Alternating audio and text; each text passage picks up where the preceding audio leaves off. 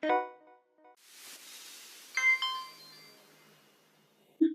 pessoal, tudo bem? Meu nome é Laís Mello, eu sou bibliotecária, professora de escrita criativa e escritora independente pela Amazon. Hoje a gente vai começar a nossa aula 2 sobre o curso de escrita criativa em parceria com a Cultive. Na aula 1, a gente deu uma breve introdução, então agora você já sabe para que serve, por quais caminhos se percorre o mundo da escrita criativa e como você consegue distinguir isso e usar ela durante o seu dia a dia, né? Agora que você já tem uma base por onde começar, que tal entender um pouco as tipologias dela?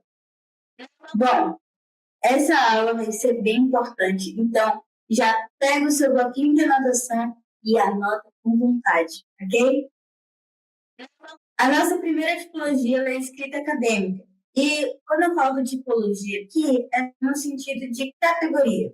Por quê? Porque a gente tem a categoria principal da psicologia, que é a escrita acadêmica, e a gente também tem as subcategorias, ou seja, outros contextos em que ela se desenvolve.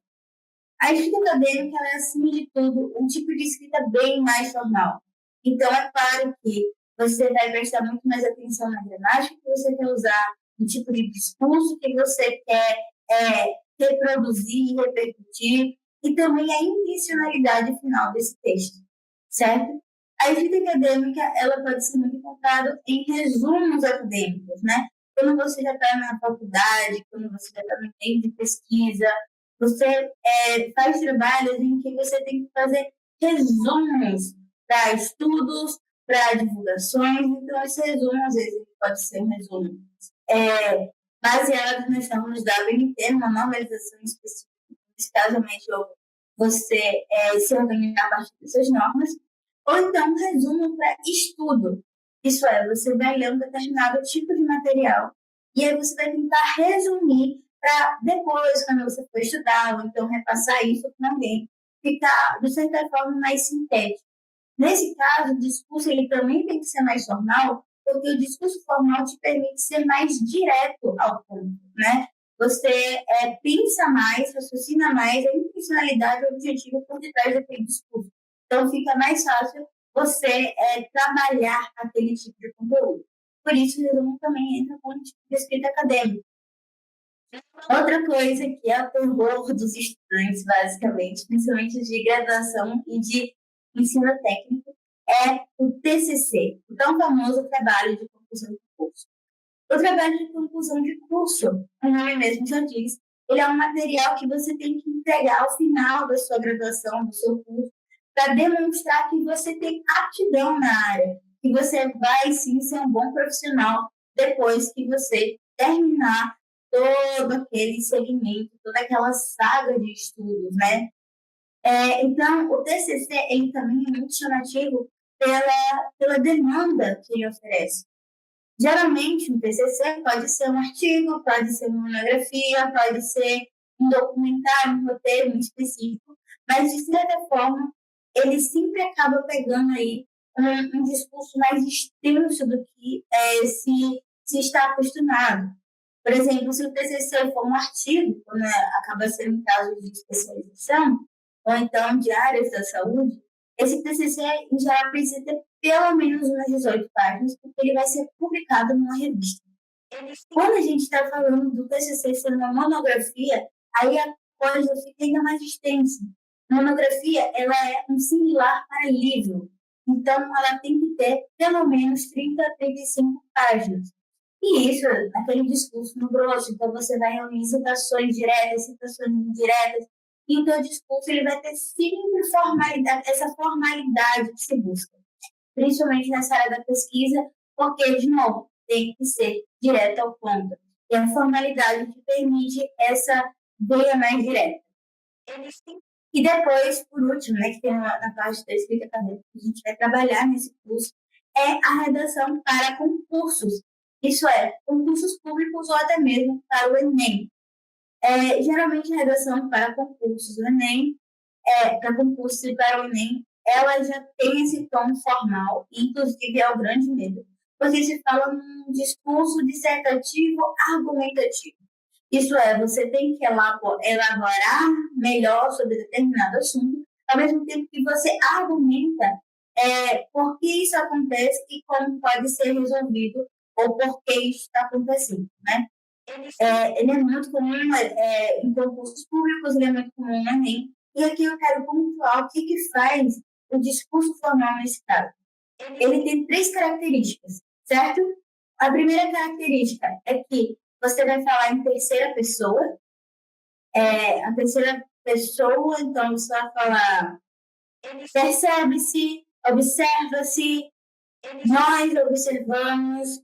É sempre terceira pessoa e é muito mais comum você utilizar a terceira pessoa do singular. Outra característica são os argumentos em que eles são colocados, os argumentos são colocados de forma impessoal. Então, em nenhum momento você demonstra parcialidade, você tem ali a sua opinião, ela fica assim, bem implícita durante o seu discurso. E a gente também tem um objetivo, ou seja, você não pode enrolar, você tem que ir direto ao ponto. Se o teu objetivo é falar sobre a greve de fome em determinado tipo de país, você não vai começar falando sobre o país A para poder chegar em país Y. Você vai começar do país Y, em determinado momento você pode citar país A, mas não é necessário. Compreendido isso? E uma vez que a gente já entende aí o que é o discurso formal, a gente vai para a nossa próxima tipologia, que no caso é o copywriting. O copywriting, ele é um discurso mais informal, digamos assim.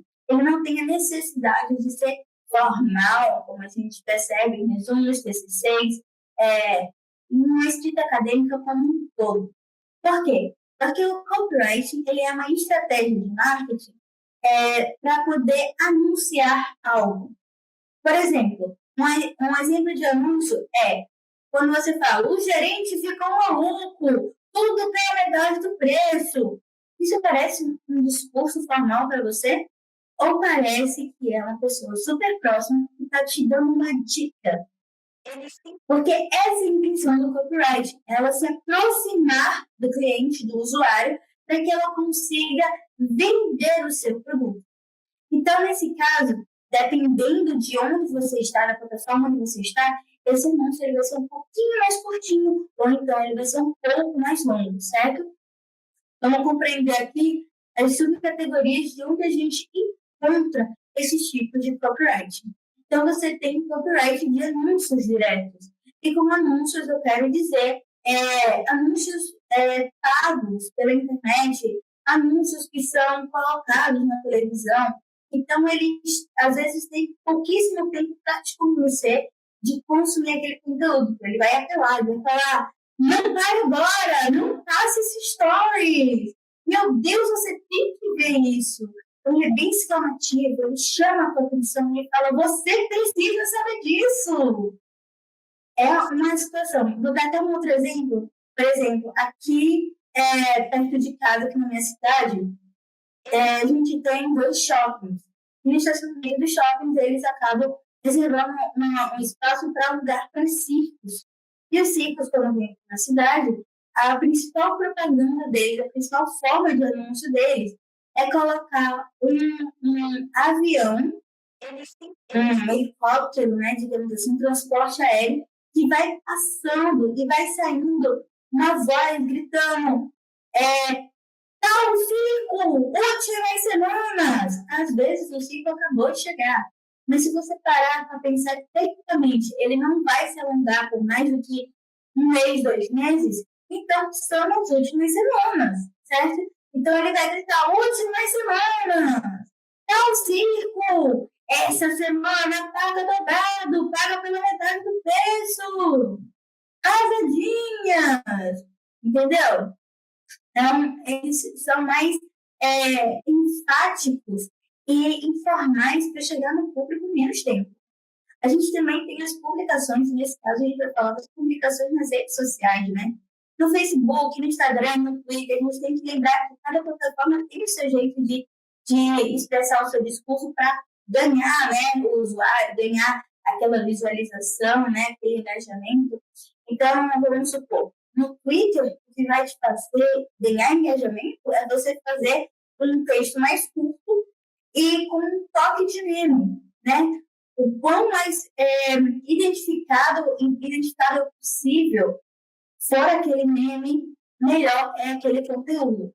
No Instagram, o pessoal está pensando num discurso que não vem só na legenda, né? Ele também vem nos posts. Então, no primeiro post, principalmente os posts de WhatsApp, você tem que ser enfático. Eu tenho algumas contas que eu sigo justamente sobre copywriting, que eles começam falando assim: já ouviu falar da lenda do menino da cueca azul? E aí você fica, gente, a lenda do menino da cueca azul. E quando você chega e começa a consumir, você percebe a lenda do menino da cueca azul, basicamente nada mais é do que uma maneira de atrair sua atenção. Porque ele vai começar um storytelling, digamos assim, né? Uma narrativa para te mostrar que o menino da cueca azul, na verdade, é um menino que decidiu inovar dentro de uma praia inteira em que todos os meninos estavam usando um short de praia verde ou então vermelho. Ele decidiu que ele ia usar sunga. Ele decidiu que ele ia usar uma sunga azul neon. E aí ele foi o único e ele segurou a banca de ser o único daquela maneira. E as pessoas depois começaram a perceber ele como uma figura destemida. Então, é essa narrativa que você tem que trazer. Nas publicações, você trabalha muito com storytelling, principalmente as publicações em plataformas que utilizam tanto do recurso imagético e audiovisual, quanto do recurso escrito. Então, é por isso que muitas vezes vocês veem blogueiras de influenciadoras de estilo de vida que elas postam uma foto lindíssimas, maravilhosas, mostrando determinado tipo de roupa e falam assim. Na legenda, elas fazem uma questão falando: é assim que eu me aceitei. Essa calça aqui que eu encontrei em não sei qual lugar me fez me sentir mais ou menos, mas quando você termina de ler pela legenda, você fica: gente, eu tenho que comprar essa calça. Se fez uma menina dessa, uma moça dessa ficar bonita, como é que eu não vou ficar bonita nessa calça? Então, tem muitos disso, certo? E aí você tem o e-mail marketing. O e-mail marketing, apesar do que se fala, ele não está morrendo, né? Por que estão falando? Algumas pessoas dizem que ele está morrendo. Porque, na verdade, hoje em dia, você não usa e-mail no seu setor para um recurso profissional. Pelo menos as últimas gerações são nesse sentido, né? As gerações mais jovens pensam nesse sentido. Mas para as gerações mais velhas, para as gerações em que tudo que é formalizado, toda oportunidade vem através do e-mail, o e-mail marketing acaba sendo a tua estratégia de carro principal, muitas das vezes. E o que você vai falar nesse e-mail marketing? Primeiro de tudo, que o teu cabeçalho, o teu assunto, ele já pode ir chamando atenção. Ele fala assim: guardei esse segredinho, essa oportunidade para você e colocar um emoji. Nossa, já caí nesse copywriting diversas vezes. Eu sei que é o copywriting, mas nada segura minha curiosidade para poder saber qual foi essa oportunidade que eu ganhei, que foi guardada para mim. E aí, no e-mail, você pode se alongar um pouquinho mais, não precisa ser tão sucinto, afinal você está descrevendo por que aquele produto é bom para a pessoa, né? Isso a gente vai falar um pouquinho mais na frente. E aí a gente tem as páginas de capturas e vendas, né? E basicamente são aqueles anunciozinhos que ficam no cantinho da página, que ficam falando: abaixaram os preços das passagens para não sei, para Porto Seguro. E aí você pensa: gente, estava pesquisando uma passagem para Porto Seguro outro dia. É o meu dia de sorte. Então você acaba clicando a captura e venda. Só de você ver um anúnciozinho um pouco mais tempo no YouTube, se você quiser, ele pode te gerar uma impressão com outro site. Então, isso é página de captura e venda. E aí você tem o rich content, que eu não vou querer explicar isso aqui agora, eu quero te puxar para poder saber o que é esse rich content lá na próxima aula, mas fica aqui, não sai que a aula ainda não acabou, certo? E agora a gente tem a escrita fictícia. A escrita fictícia, eu gosto de chamar ela de o melhor dos dois mundos. Laís, por que é o melhor dos dois mundos? Porque aqui você escolhe se você quer ter uma linguagem mais formal ou uma linguagem mais informal, ou se você quer ficar no meio termo. Que isso vai depender de como tu quer seguir com a tua história. Aqui a gente vai entender um pouquinho mais, né, nesse curso, três classificações da escrita criativa. Você tem a jornada do herói, e aí nessa jornada do herói, isso é famosíssimo. A jornada do herói é aquela situação em que você tem uma pessoa comum, que ela é jogada para um novo mundo e descobre que ela tem que ser o herói da narrativa, para poder recuperar não sei quem. Vou usar um exemplo de Percy Jackson. Percy Jackson, ele começa o livro sendo aquele garotinho de 12 anos que se acha super problemático e só está vivendo um dia de cada vez e pensando qual vai ser a próxima escola que ele vai ter que se esforçar para ser readmitido depois de ser expulso de 6, de 5, de 4. E aí, aos 12 anos, ele está terminando o ano dele, vai para a mãe para poder aproveitar um diazinho de férias e descobre que ele é filho de um deus grego e que ele precisa ir imediatamente para um acampamento. Nesse acampamento tem uma profecia esperando por ele. E a principal questão é que ele tem que completar essa profecia, senão ele vai virar churrasquinho por conta de um desentendimento, de um desentendimento, né? Um caso de desentendido. Então, ele passa de ser uma pessoa normal para ser um herói até o final da história. E aí a gente também vai trabalhar a questão dos cartões indexados. O que são esses cartões indexados? Às vezes a tua história não precisa ter uma jornada de um herói. Ela pode ser uma leitura que ela só é para poder passar o tempo, para tirar da ressaca literária. Às vezes assim, tu quer que ela seja bem estruturada. Os cartões indexáveis, eles vão te ajudar a organizar a tua história dentro e fora de um meio digital, certo? Depende de como você se identifica mais. E aí você tem a função do diálogo. E isso é assim, o que você precisa aprender. Por que eu falo isso? Porque, não sei se vocês já viram, nas redes sociais, a gente tem muito aquele discurso de não, tem uma, duas, três páginas que o autor decidiu que ele ia passar narrando uma parede branca. 3 páginas ele narrando o personagem explicando uma parede branca. Não vou ler. Não leio textão, não vou ler. Aí, o que acontece? Imagina para aquele autor que passou horas, dias, semanas tentando terminar de escrever aquelas 3 páginas explicando a parede branca. E aquela parede branca depois vai ser uma peça-chave para o final, né? Para a finalização daquela história, para uma puxada de gancho. E o leitor pulou, porque ele ficou chato para ele, defasado. Então, o diálogo, nesse caso, ele vai intermediar melhor essa informação para que você consiga alcançar melhor o futuro leitor da sua história. Certo? E, sabendo disso, eu quero chamar vocês para a nossa próxima aula, onde a gente vai aprender um pouquinho mais sobre cada categoria. Na verdade, vamos aprender um pouco sobre as técnicas de escrita de cada categoria. E se você chegou até aqui, bons estudos! Não se esqueça de me seguir nas redes sociais.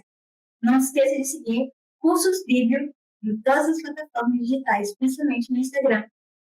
É isso, pessoal. Até a próxima aula.